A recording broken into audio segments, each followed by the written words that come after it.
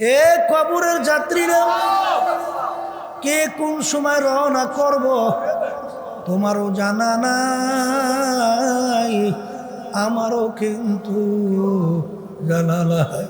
যেদিন তোমার আমার বাড়ির পাশের মসজিদের মাইকে ঘোষণা হইতে থাকবে, বাড়িওয়ালা নাই রে বাড়ি, নাই রে দুনিয়াতে, আরে ও মুসাফির বাঙ্গ গাঠুরে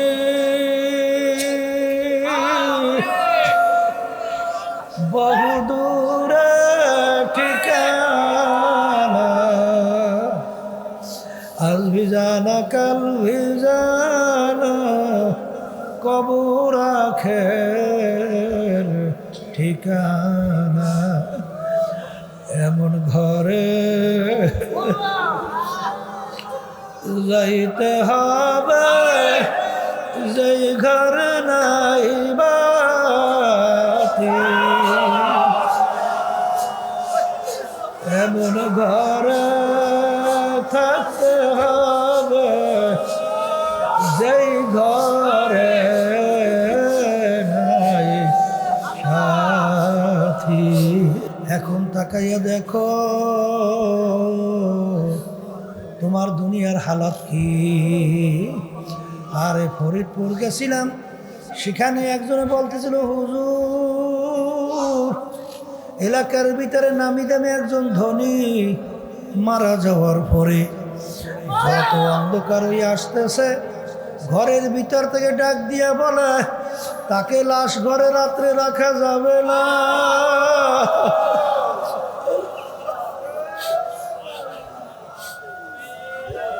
ছোট ছোট বাচ্চারা লাশ ডাকলে ভয় পাইবে, রাত্রে ঘরে লাশ রাখা যাবে না।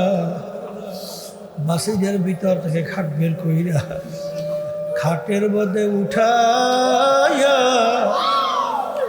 সারা রাত নিয়ে মসজিদের বারান্দায় ফেলাইয়া রাখছে। তার কষ্ট করা কামাই টাকার বাড়ি তাকে জায়গা দেয় না। এ বড় লোক আমার বাবারা, দুনিয়ার জিন্দিগি কয়দিন, পড়াশোনা করতে করতে ভালো ভালো ডিগ্রি অর্জন করতে করতে অনেক সময় দেখা যায় 25-30 বছর বয়স হয়ে গেছে। এরপরে চাকরি তালাশ করে, হয়তোবা 5-10 করে চাকরি পাইলেও ভালো, না পাইলেই পাইলো, অথবা বাজার বিভিন্ন ব্যবসা বাণিজ্য করবে, সম্পদ বাড়ি গাড়ি করবে, তাও দেখা যায় আবার 10-15-20 বছর গেল 50 বছর 60 বছর হইয়া এরপরে সুন্দর বাড়ি তৈরি করলো। বাজান ঢাকাতেই মনে পড়ে, না জানি কোন জায়গায় একটা লোক 5 তলা না 6 তলা বিল্ডিং তৈরি করলো লোকজন নিয়ে দোয়ার জন্যে। যখন সিঁড়ি দিয়ে উঠতেছে নতুন বাড়ি উদ্বোধন, ওই সিঁড়ির ভিতরে পইরা গেল, দেখে আল্লাহর বান্দার দুনিয়াতে না, আখারে তার শখের বাড়ি, এখন তাকে আর জায়গা দেয় না।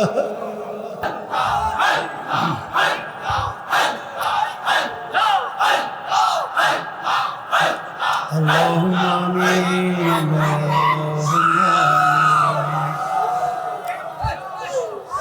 আগরা জানবে মাসুক নবাসুক শাসে করবে আশা চারা নবাসুক ও মাবুদ, এক ফোঁটা পানি দিয়ে বনি আদমকে বানায়, এই দুনিয়াতে কয়েকদিন ঘুরাইয়া ফিরাইয়া ঘরে অন্ধকার কবরে নিয়ে যাইবে।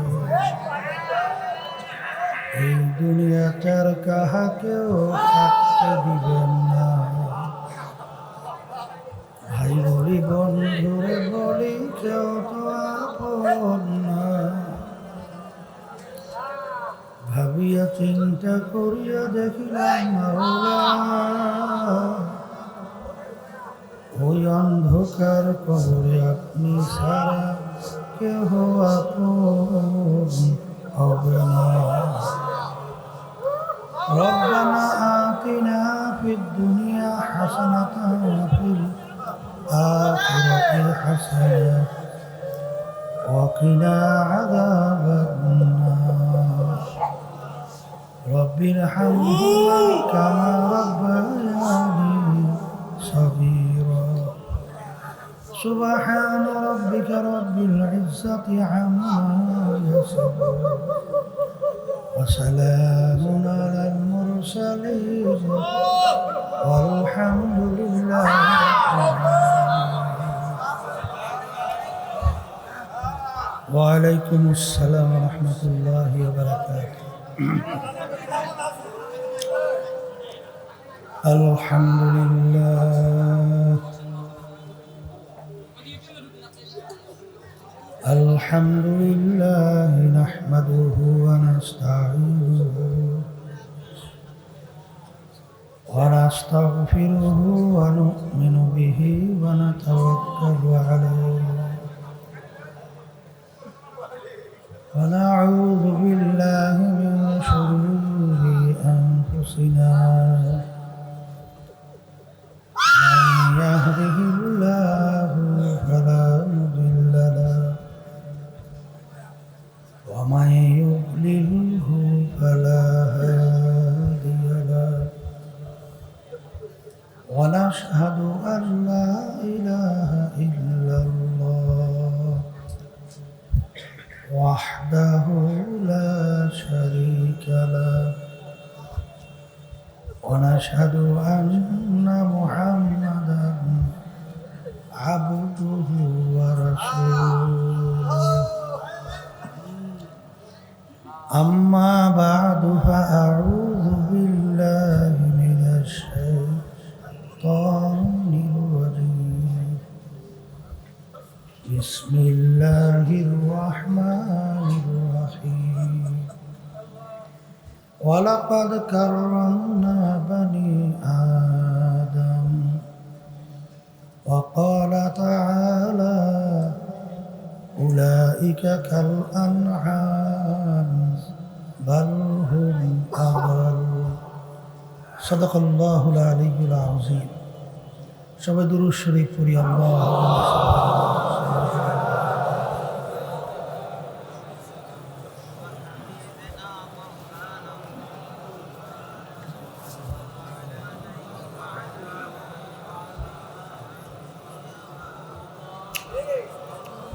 اللهم صل على سيدنا ونبينا شفيعنا وحبيبنا ومولانا محمد صلى الله عليه وعلى آله وأصحابه وبارك وسلم.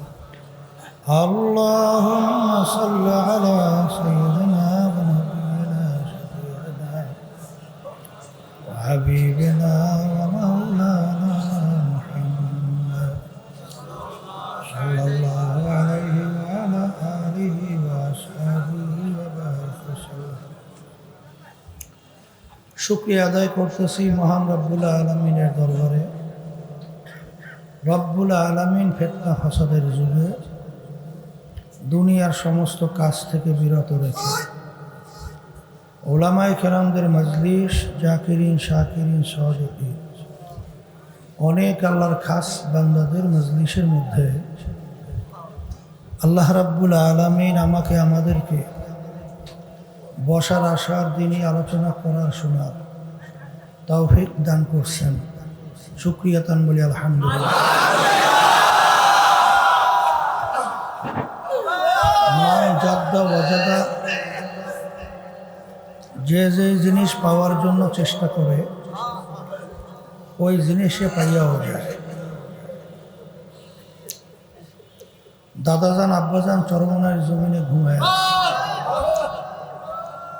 আব্বাজান বলতেন দিনী মাহফিলে প্রথম থেকে শেষ পর্যন্ত থাইকা বাড়ি বিদায় হয়ে চলে গেলে আমল নামায় কম পক্ষে হলেও 50 লক্ষ নেকি এর কম জমা হতেই পারে না। নিয়াত যাদের সহি, আল্লাহকে রাজি খুশির উদ্দেশ্যে যারা আসছে, রব্বুল আলামিন লক্ষ লক্ষ নাকি আমল নামায় দান করবে। আর সমস্ত কাজের ফলাফল নির্ভর করে নিয়াতের উপরে। আপনার আমি মাহফিলে যে আসছি, নিয়াত যদি সহি থাকে, সহি বলতে কুল ইন্না সলাতি ওয়া নুসুকি ওয়া মাহইয়ায়া ওয়া মামাতি লিল্লাহি রাব্বিল আলামিন। আল্লাহ রাব্বুল আলামিন বলছেন, হে আমার রাসূল, আপনি বলে দেন আমার বান্দা বান্দীদেরকে, আপনার উম্মতদেরকে, তাদের নামাজ, রোজা, কামাই, খরচ, বাইসা থাকা, মইরে যাওয়া, যাহা কিছু সব একমাত্র উদ্দেশ্য হবে আমাকে রাজি খুশির জন্যই। আমাদের মাহফিলে আসা যদি আল্লাহ রাজি খুশির জন্যই হয়, তাহলে আল্লাহ রাব্বুল আলামিন কিয়ামতের ময়দানে এই ওসিলায় আমাদেরকে মাফ করে দিতে পারে। তা যাই হোক, মাহফিল বুঝের জন্যে যারা মানুষ তারা বুঝবে, সে অনুযায়ী তাদের দুনিয়ার জিন্দেগিটাকে চালাবে। আর মানুষের সুরাতে যারা আবু জাহাল বা সাহেব আবু লাহাব মার্কা, এরা বুঝবেও না, সে অনুযায়ী নিজেদের জীবনকে চালাবেও না। আর এই দুনিয়ার জিন্দেগি থেকে চলে যাওয়ার পরে অশান্তির জায়গা জাহান্নামের ভিতরে আল্লাহ রাব্বুল আলামিন হুকুম অনুযায়ী ফালাইয়া দেবে। আমি আপনাদের সামনে প্রথম যে আয়াত শরীফ তেলাওয়াত করছিলাম, আয়াতের ভিতরে আল্লাহ বলছেন, যত মাখলুকাত আমি সৃষ্টি করেছি এর ভিতরে সর্বশ্রেষ্ঠ সম্মানিত করে আমি মানুষকে সৃষ্টি করেছি।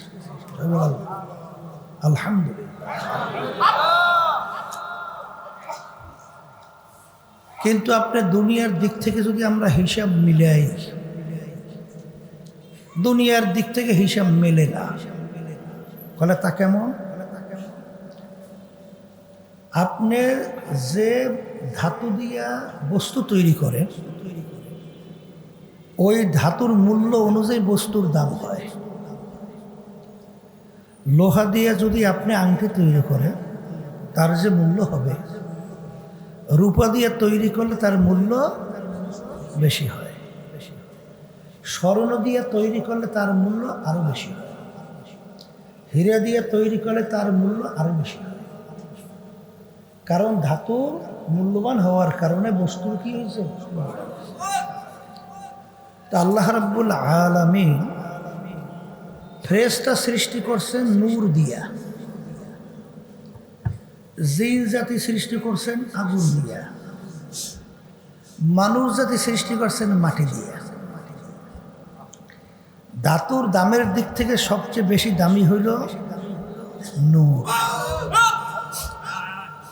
দ্বিতীয় তবকায় হইল আগুন, তৃতীয় তবকায় কি? মাটি। এখন কি হলো?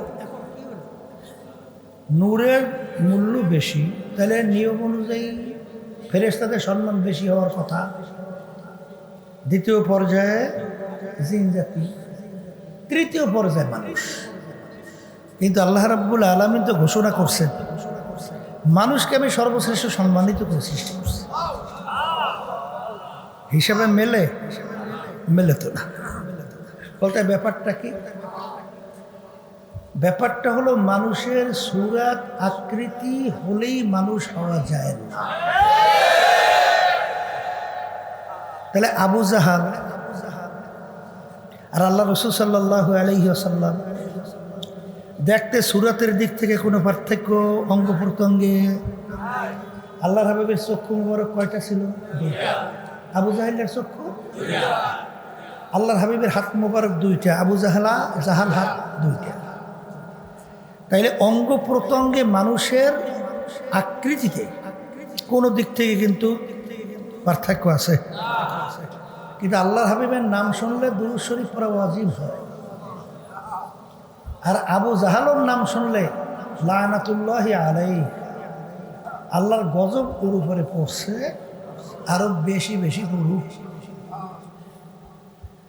তাহলে এই দুই মানুষের ভিতরে যে পার্থক্য হলো, কি মানুষের আকৃতি অঙ্গ প্রত্যঙ্গের দিক থেকে, না বংশের দিক থেকে, না শিক্ষার দিক থেকে? তাহলে বুঝতে হবে যে কোন দিক থেকে মানুষের সম্মান বাড়ে এবং কমে। এইটা বোঝার জন্যই, বুঝাবার জন্যই, শেখার জন্যই, শেখবার জন্যই মাহফিলের ব্যবস্থা। কথা ঠিক না? মানুষের ভিতরে আল্লাহ রাব্বুল আলামিন আর একটা দামি বস্তু, পার্স দান করছে, যেইটা মানুষের ভিতরে আল্লাহ কলব দান করছে।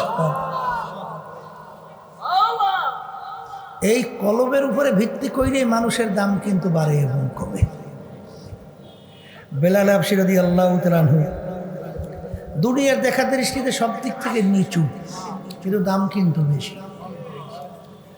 ওমর রাদিয়াল্লাহু তাআলা আনহু প্রথম অবস্থায় কাফেরদের ভিতরে অন্তর্ভুক্ত, আল্লাহর হাবিবকে কতল করতে রওনা করছে। কিছু সময়ের পরেই কলব পরিবর্তন হওয়ার কারণে সে এখন দামি মানুষ হয়ে গেছে।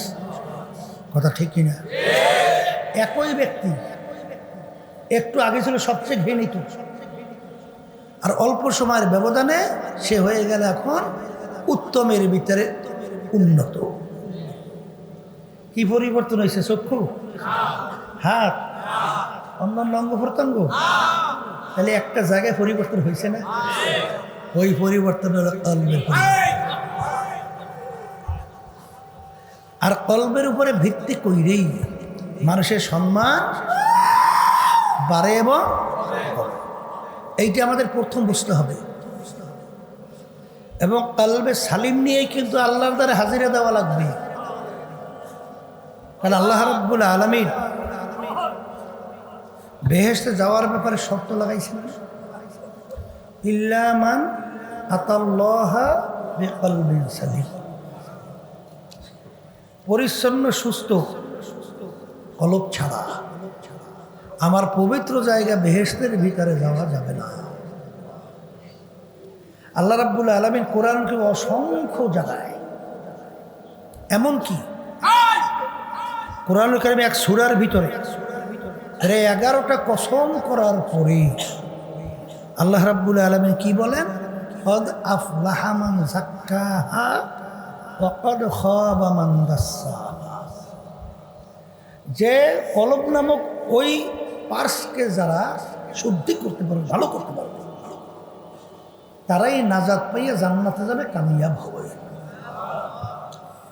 আর যারা ওই কলব নামক পার্সকে পরিষ্কার করতে পারবে না, সে ধ্বংস হয়ে জাহান্নামে চলে যাবে। আমি বলছি না, আল্লাহ বলছেন। আল্লাহ রাব্বুল আলামিন তার হাবিবকে, তার রসুলকে, তার নবীকে দুনিয়াতে পাঠাইছে। পাঠানোর ভিতরে কারণগুলোর ব্যাপারে একটা হলো ইয়াতলু আলাইহিম আয়াতিহি ওয়া ইউযাক্কিহিম ওয়া ইউআল্লিমুহুমুল কিতাবা ওয়াল হিকমা। আমি আমার রসুলকে দুনিয়াতে পাঠাইছি। পাঠানোর কারণের ভিতরে একটা কারণ হলো আমার রসুল তার উম্মতদের আত্মশুদ্ধি কলম নামক ওই মূল্যবান পার্সকে শুদ্ধি করবে। এই জন্য দেখবেন মোরব্বা হওয়ার জন্য মুরব্বির কাছে যাওয়া লাগে। মোরব্বা হওয়ার জন্যে মুরব্বির কাছে যাওয়া লাগে। শোষা কাইটে ঠুমঠুম কইরা, তারপরে চুনা কুমড়া পাইকে ঠুমঠুম কাটে না, তারপর দেখেন বড় বড় খেজুর কাটা, এইটা নিয়ে তারপর ওইগুলোর কেচে, দেখছেন কেইসে ওর ভিতর থেকে চুকা কষ, এইটা বের করার পরে দুধ চিনি দিয়া যখন পাক করে সুস্বাদু একটা খাদ্য হয়, উন্নত মানের দামি খাদ্যের নাম হলো মুরব্বা। খাদ্যের নাম কি? তাহলে মুরব্বির কাছে যাওয়ার পরে তোমার আমার কলবের ভিতরে যে চুকা এবং কষ, এইটা বের করার জন্য মুরব্বীর পরামর্শ অনুযায়ী তোমাকে কেসার পরে কল্প থেকে যখন নাকি তাকাব্বুরি নামক কষ চুকা, হিংসা নামক কষ চুকা, হব্বে মা, দুনিয়ার মোহাব্বত এই কলবের ভিতরে জায়গা না, এইটা যখন কেইসে বার করবে, রিয়া, অজব, এরপরে লোভ, রাগ, এরপরে গিবা শেখায়তের যে কুমন্ত্রণার যে প্রবণতা, এগুলা কেইসে কি করে বের করবে। বের করার পরে আল্লাহর ফজল করবে, এক পর্যায়ে দেখা যাবে ওই কল্পটা একটা ভালো কল্পে পরিণত হয়ে যায়। তখন ওই ব্যক্তির কাছে যেরকম নিজে নিরাপদ হয়, পরিবার নিরাপদ হয়, সমাজ নিরাপদ হয়, দেশ নিরাপদ হয়, আন্তর্জাতিকভাবে নিরাপদ হয়। আর যখন নাকি ওই কর সুকে নামক ওই কলবের ভিতরে জমা হয়, তখন নিজে ক্ষতিগ্রস্ত, পরিবার ক্ষতিগ্রস্ত, সমাজ ক্ষতিগ্রস্ত, দেশ ক্ষতিগ্রস্ত, সব নিয়ে ধ্বংস হইয়া সমুদ্রে ডুব দেয়। কথা ঠিক কিনা? ওই যে আমি আসার সময় শুনতেছিলাম, একজনে বয়ান করতেছিল, ওমর ফারুক রাদিয়াল্লাহু তাআলা আনহু তার জামানার মধ্যে ওই যে এক আল্লাহর বান্দি মেয়েকে বলতেছে যে গরু তো মারা গেছে, দুধ পৌঁছাবো, অসুবিধা কীভাবে? তাইলে একটা কাজ করি, দুধের ভিতরে পানি মিলাইলেই তো হয়, তাহলে তো ঘাটতিটা মেকআপ হয়। দুধের মধ্যে কি মিলাইবে? আর দেখা যায় মেয়ে বলতেছে মাগো, এখন ওমর রাদিয়াল্লাহু তাআলা ওমরের শাসন চলছে, এর ভিতরে দুধে পানি যেমন মিলানো যাবে না। কলাই ওমর দেখবে কিভাবে? আমরা কখনো অন্ধকারে পানি মিলিয়ে রাখবো। কলে ওমর দেখবে না, আল্লাহ তো দেখবে। এই ধরনের কলবলা মানুষের কাছে সব নিরাপদ না। আর আমাদের দেশের মধ্যে এত একটা সুন্দর দেশ, আজকে আমাদের দেশ উঠতি বয়সের সমস্ত ছাত্রগুলো, উঠতি বয়সের যুবকগুলো সব মাদকাসক্ত হয়ে সব ধ্বংস হয়ে যায়। কথা ঠিক না? আর এই যে সমাজের ভিতরে এত মাদকের মাধ্যমে ধ্বংস হইতেছে, এইটা নিয়ন্ত্রণের শক্তি দুনিয়ার দৃষ্টিকোণ থেকে সরকার ছাড়া বিকল্প কেউ পারবে? কারণ মাদক তো আমাদের দেশে উৎপাদন হয় না, এ তো বিভিন্ন আমাদের পাশের দেশ থেকে ওই বেড়া ভেদ করে ঢোকে। কথা ঠিক না? এই বেড়া নিয়ন্ত্রণ করবে কেনা? কথা বুঝে?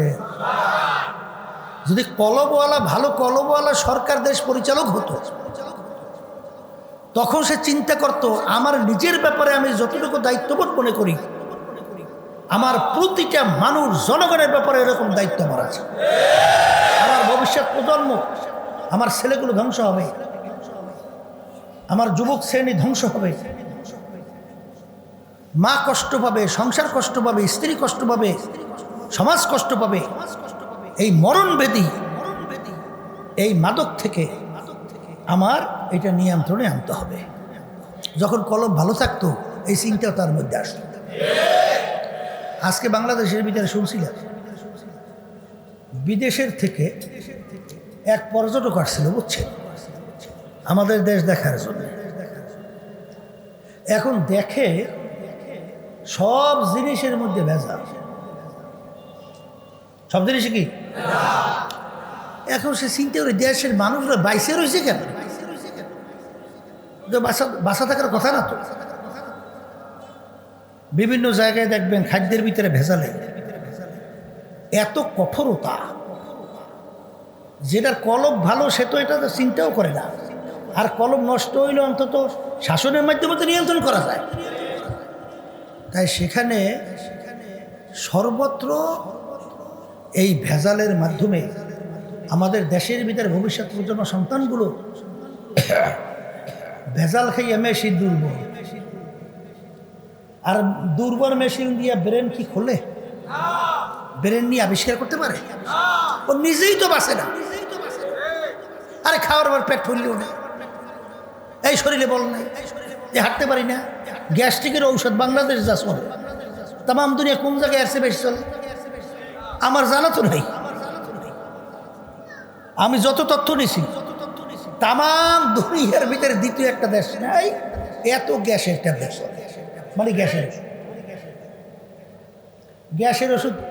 এই পেটটা সমস্যার কারণে তো গ্যাসের ওষুধ, কথা ঠিক কিনা? এই কলম যদি ভালো হয় তাহলে যেগুলো খাদ্য বানায় ও চিন্তা করবে না যে এই খাদ্য আমার জন্য আমি পছন্দ করি না, আমার ভাইয়ের জন্য আপনি কেমনি পছন্দ করি? কথা বলে না? কারণ আল্লাহ রাব্বুল আলামিন মুসলমানদের চরিত্র, তাদের গুণ, তাদের সিফাত বয়ান করতে যাই আল্লাহ রাব্বুল আলামিন কোরআনুল কারীমে বলছেন, ওয়ায়ুসিরুনা আলা আনফুসিহিম ওয়ালাউ কানা বিহিম খাসাসা। মুসলমানদের চরিত্র হবে নিজের স্বার্থের চেয়ে তার অন্য ভাইয়ের স্বার্থের অগ্রাধিকার দেওয়া। এটা হলো মুসলমানদের চরিত্র। এই চরিত্র কখন আসবে? যখন এই কলব নামক দামি মূল্যবান পার্স যখন ভালো হয়ে যাবে, তখনই সে নিজের জন্য যেটাকে ভালো মনে করে তখন তার অন্য ভাইয়ের জন্য তখন সে সেইটা ভালো মনে করবে। আর যদি কলব খারাপ হয় তখন এই চিন্তা করবে সব মারিয়ে সাব আমি ভালো থাকলেই ভালো। এটা মানুষের চরিত্র? হ্যাঁ, বলো পশুর চরিত্র, পশু। এই জন্য আমার ভাইদেরকে বলবো, পর্দালে মা বোনদেরকে বলবো, ওই যে অনেক সময় বলি, আজকেও শুনেই রাখি, আল্লাহ রসুল সাল্লাল্লাহু আলাইহি ওয়াসাল্লাম সাহাবায়ে কেরামদেরকে নিয়ে মসজিদের ভিতরে নামাজের অপেক্ষায়, মসজিদের দরওয়াজা দিয়া এক সাহাবা ঢুকছে। আচ্ছা, ওযু করে আসছে, এখনো ওযুর পানি শুকায় নাই। আল্লাহর হাবিব সাল্লাল্লাহু আলাইহি ওয়াসাল্লাম সাহাবায়ে কেরামদেরকে উদ্দেশ্য করে বলতেছেন, তোমরা যদি বেহেশতি লোক দেখতে চাও তাকে ইঙ্গিত দিয়ে বলতেছেন তাকে দেখে নাও। তা আল্লাহ রাসূল সাল্লাল্লাহু আলাইহি ওয়াসাল্লাম তাকে বেহেশতি লোক বলছে, সন্দেহ আছে কোনো? যদি সন্দেহ করে ঈমান থাকবে? আচ্ছা, দ্বিতীয় দিন আল্লাহ রাসূল সাল্লাল্লাহু আলাইহি ওয়াসাল্লাম বলে, বেহেশতি লোক দেখতে চাইলে দেখে নাও, ইঙ্গিত করলেন ওই একই ব্যক্তি। তৃতীয় দিন আবার আল্লাহ রাসূল সাল্লাল্লাহু আলাইহি ওয়াসাল্লাম বলেন, বেহেশতি লোক দেখতে চাইলে দেখে নাও, ইঙ্গিত করলেন ওই একই ব্যক্তি। সাহাবায়ে কেরামদের ভিতরে কৌতূহল, যেই ব্যক্তি কি আমল করে, আমল মানে কাজ, যেই কাজের কারণে আল্লাহ রাসূল সাল্লাল্লাহু আলাইহি ওয়াসাল্লাম 3 দিন পর্যন্ত তাকে বেহেশতের সুসংবাদ দেয়। এই সাহাবা গেছে তার বাড়িতে মেহমান হয়েছে, তার কাজকর্ম দেখার জন্য। তা দেখে এশার নামাজ আদায় করার পরই, বুঝছেন, অন্য কোনো অতিরিক্ত ইবাদতের ভিতরে লিপ্ত না হইয়া সে ঘুমের দোয়া পড়িয়ে বসছে, আল্লাহুম্মা বিইসমিকা আমুতু ওয়া আহইয়া বললেই ঘুম। সারা রাত আর কোনো খবর নাই। সুবহ সাদেক যখন হলো, আবার ঘুম থেকে উঠেই দোয়া করছে, আলহামদুলিল্লাহিল্লাযী আহইয়ানা বা'দা মা আমাতানা ওয়া ইলাইহিন নুশুর। ওইটাই নামাজটা শেষ করিয়া তার বিভিন্ন কাজের ভিতরে জড়াই গেছে, চলে গেছে। এখন সাহাবা আমল দেখার জন্য গেল, ব্যতিক্রম আমল তো কিছুই দেখে নেই, মনে করছে আজকে অসুস্থ, আর একদিন একটু থাইকে দেখে। তাই 3 দিন পর্যন্ত তালাশ করে, আমলে কোনাই, অতিরিক্ততা নাই। এখন রন জিজ্ঞাসা করে, ভাই আমি যে 3 দিন পর্যন্ত আপনার যে আমল দেখলাম, এর বাহিরেও কি অতিরিক্ত কোনো আমল আছে? সে বলতেছে না ভাই, এর বাইরে আমার তেমন কোনো অতিরিক্ত আমল নাই, আমার আমল এইভাবে।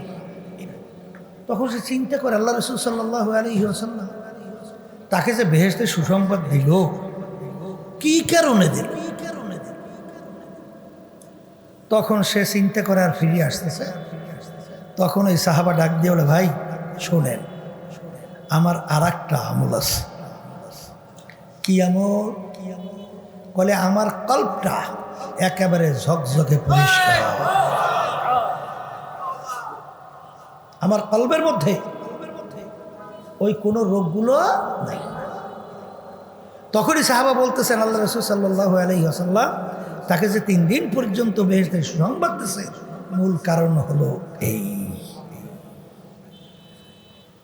এই জন্য আল্লাহ রাসূল সাল্লাল্লাহু আলাইহি ওয়াসাল্লাম বলছিলেন, আখলিস দীনাকা ইয়াকফিকা আমালুল কলিল। তোমাদের অল্প আমলে নাজাতের জন্য, বেহেশতে যাওয়ার জন্য যথেষ্ট, যদি তোমাদের ঈমানটা নির্ভেজাল স্বচ্ছ পরিচ্ছন্ন হয়।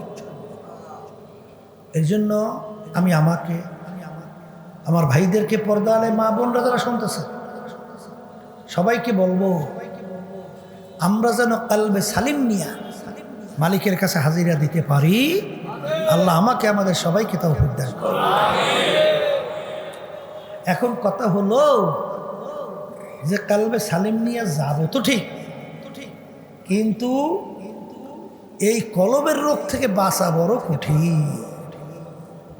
কারণ আল্লাহ রাসূল সাল্লাল্লাহু আলাইহি ওয়াসাল্লাম বলছেন, হুব্বে জাযে হুব্বে মাল। মালের মোহাব্বত, সম্পদের মোহাব্বত, বাড়ি গাড়ির মোহাব্বত, ক্ষমতার মোহাব্বত, সম্মানের মোহাব্বত, পদের মোহাব্বত, দলের মোহাব্বত, এইটা ছাড়া কি খুব চারটিখানি কথা বললাম? দেখে টাকা ওরে থাবা দিলেই ভাবা যায়, ওখান থেকে ফিরিয়ে আসা, সরিয়ে আসা। আমি বলতে সহজ হয়েছে, বাস্তবে কি সহজ না কঠিন? হ্যাঁ, তাআত তৌফিক তাআত হামজাতু ইয়ামানাত ওয়া ইজাবাত হামজাতু। হে আমার দয়ার মালিক, আল্লামা শেখ সাদি রহমাতুল্লাহ আলাইহি তিনি আমার মালিকের কাছে দোয়া করেন, মালিক কারিমা বেবাকশা এবার হানামা কে হাসতা মাসিরে কামান্দে হওয়া। হে আমার দয়ার মালিক, আমি নফসে আমার আর জিনজির রশির ভিতরে আবদ্ধ হয়ে গেছি। মালিক দয়া মায়া করে তুমি আমাকে নফসে আমার আর জিনজির শিকল থেকে পরিত্রাণ দাও। এই জন্য মালিকের কাছে সবসময় দোয়া করা লাগবে, রব্বানা লা তুজিগ কুলুবানা বাদা ইয হাদাইতানা ওয়া হাব লানা মিন লাদুনকা রাহমা ইন্নাকা আনতাল ওয়াহ্হাব।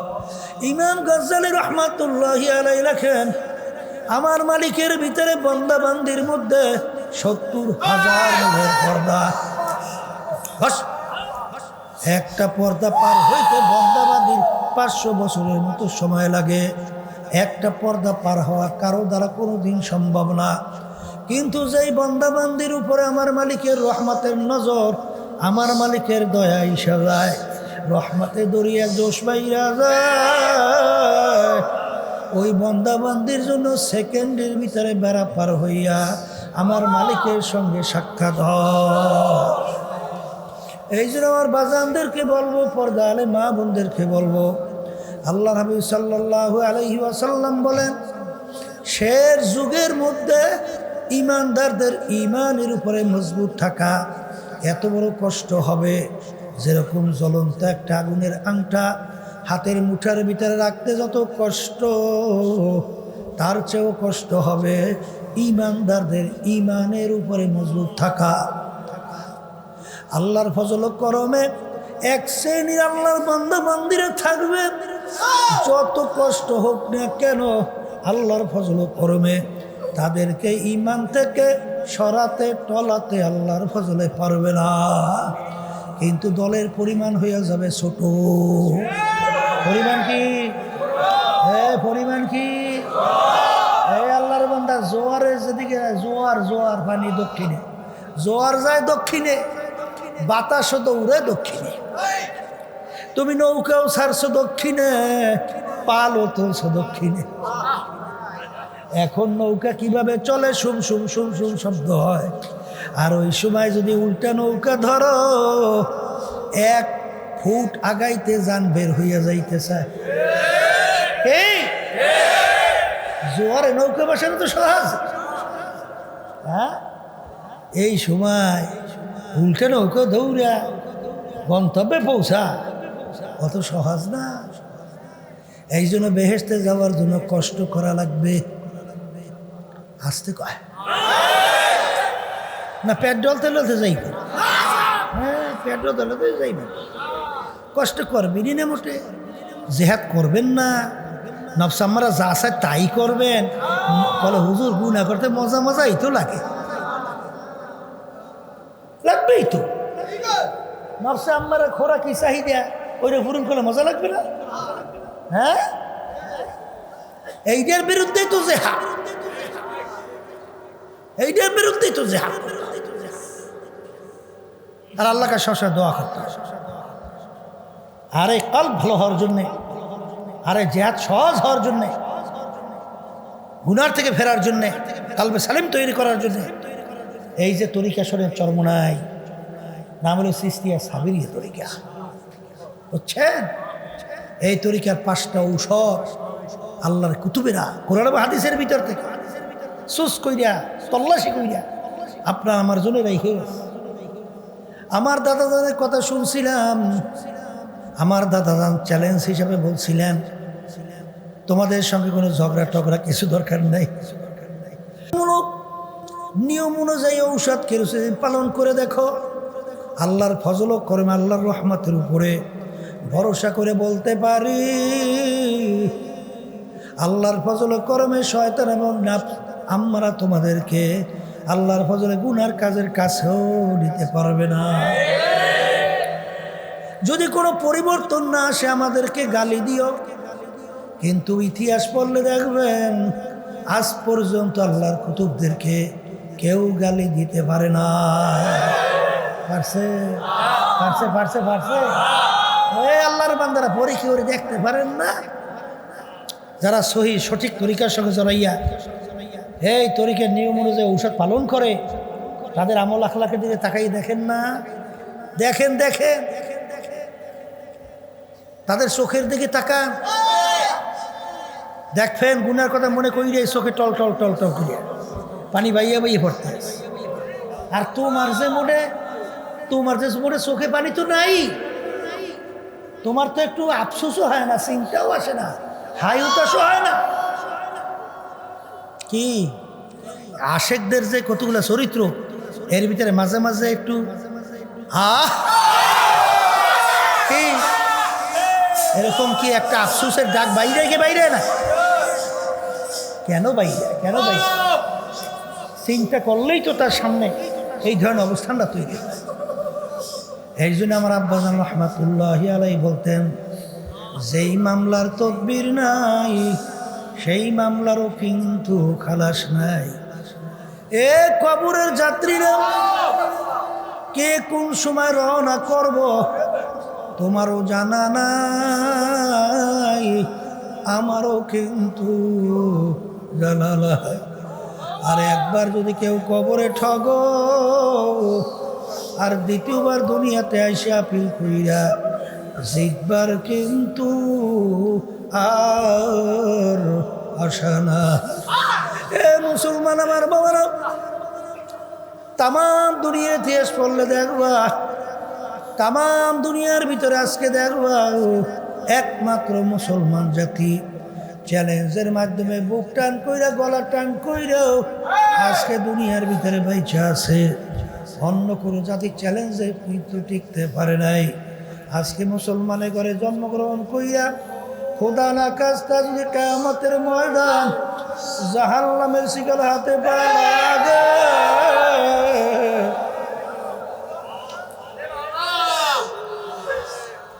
এসে কপাল পোড়ার সারে জাহানে হইতে পারে না।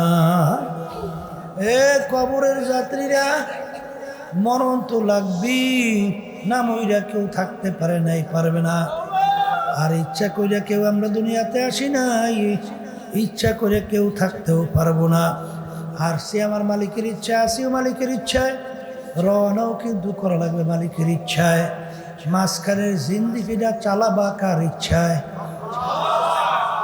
হ্যাঁ, আল্লাহর ইচ্ছায় যদি চালাইতে চাও, এখন মালিকের কাছে দোয়া করা লাগবে না, চেষ্টা করা লাগবে না? এই জন্য চেষ্টা করতে থাকেন, আল্লাহর কাছে দোয়া করতে থাকেন, দেখবেন আল্লাহ রাব্বুল আলামিন পথ কীভাবে খুলবে তোমার আমার জেহেনে ধরবে না। আর সবসময় মনকে বুঝার এমন, আজকে যে টাকার পিছনে, সম্পদের পিছনে, গাড়ি বাড়ির পিছনে, দল দুনিয়াদারদের পিছনে যে আজকে জিন্দেগি ধ্বংস করছো, যেদিন তোমার রুহটা চিরতরে বের হবে, যখন রুহটা তোমার শরীর থেকে ঘর থেকে বের হবে, অর্থাৎ চিরতরে চক্ষু বন্ধ হবে, এখন তাকাইয়া দেখো তোমার দুনিয়ার হালাত কি। আরে ফরিদপুর গেছিলাম, সেখানে একজনে বলতেছিল, হুজুর এলাকার ভিতরে নামি দামি একজন ধনী মারা যাওয়ার পরে যত অন্ধকার হয়ে আসতেছে, ঘরের ভিতর থেকে ডাক দিয়া বলে, তাকে লাশ ঘরে রাত্রে রাখা যাবে না।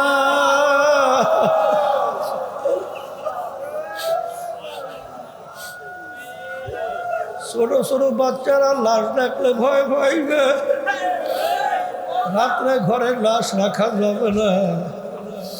মসজিদের ভিতর থেকে খাট বের কইরা খাটের মধ্যে উঠাইয়া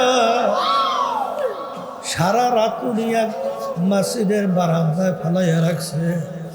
তার কষ্ট করা কামাই টাকার বাড়ি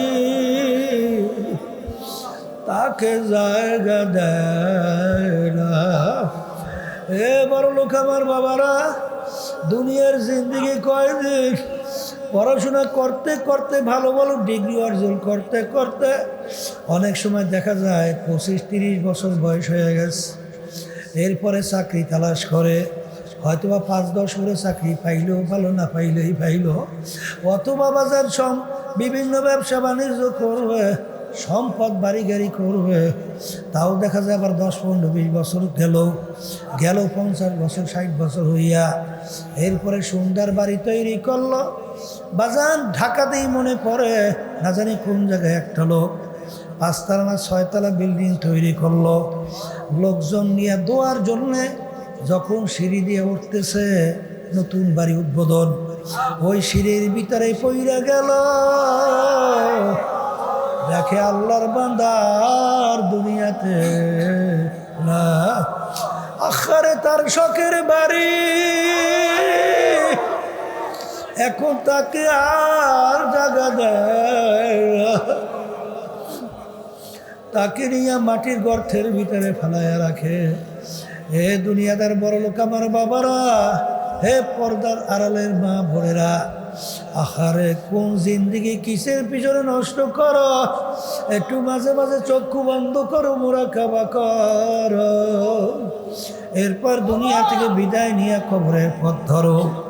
কারণ বাজান কিয়ামতের ময়দান একজন আর একজনকে জিজ্ঞেস করবে, ভাই কামলা বিফনা, আমরা দুনিয়ার মধ্যে কতদিন ছিলাম? একজনে বলবে লাবিসনা ইয়াওমান আও বা'দা ইয়াওম, একদিন অথবা একদিনে কিছু অংশ মনে হয় ছিলাম। আর একজন বলবে না না ফাসআলিল আদ্দিন, যারা হিসাব রাখছে তারাই বলতে পারবে আমরা দুনিয়ার ভিতরে কতদিন ছিলাম। আমার তো মনে হয় আমি ঘরের এক দরজা থেকে ঢুকলাম, অন্য দরওয়াজা থেকে বের হয়ে আসলাম, ঢুকলাম বের হইলাম, ঢুকলাম বের হইলাম, এরকম তো আমার দুনিয়ার জিন্দিগি মনে হয়। এ বড় লোক আমার বাবারা, ক্ষমতা সম্পন্ন বাবারা, আজকে ধরাকে যারা সরা জ্ঞান মনে করেন না, একটু চক্ষু বন্ধ করে মোরাকাবা করো, পিছনে তাকাও, তাকাইলে দেখবা মনে হয় সব কালকের ঘটনা। কোথার থেকে রাত্র গেল, দিন গেল,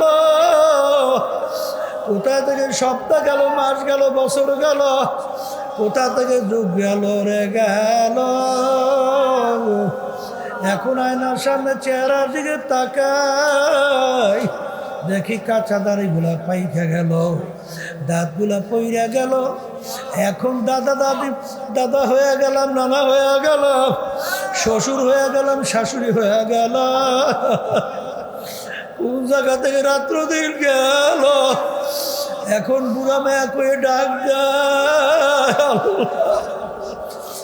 এরপরে ওই দিন রাত্রির জন্য অপেক্ষায় থাকো, যেদিন তোমার আমার বাড়ির পাশের মসজিদের মাইকে ঘোষণা হইতে থাকবে, বাড়িওয়ালা নাই রে বাড়ি, নাই রে দুনিয়াতে। আরে ও মুসাফির বাঙ্গ গাঠুরে,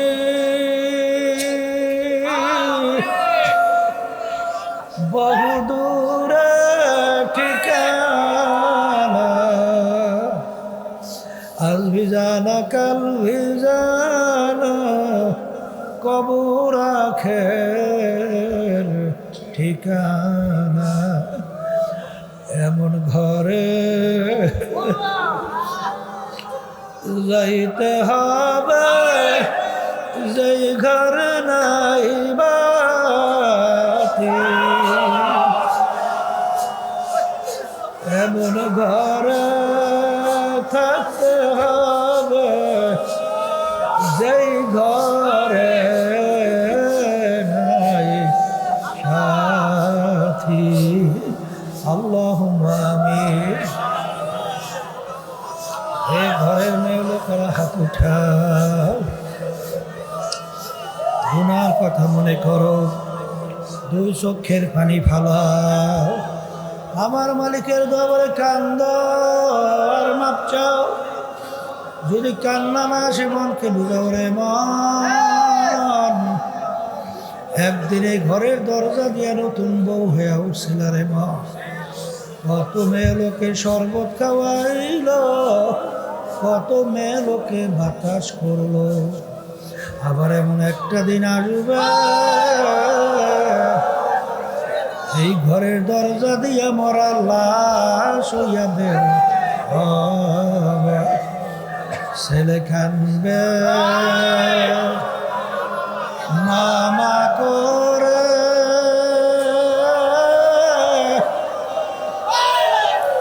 মেয়ে কানবে মামা করে।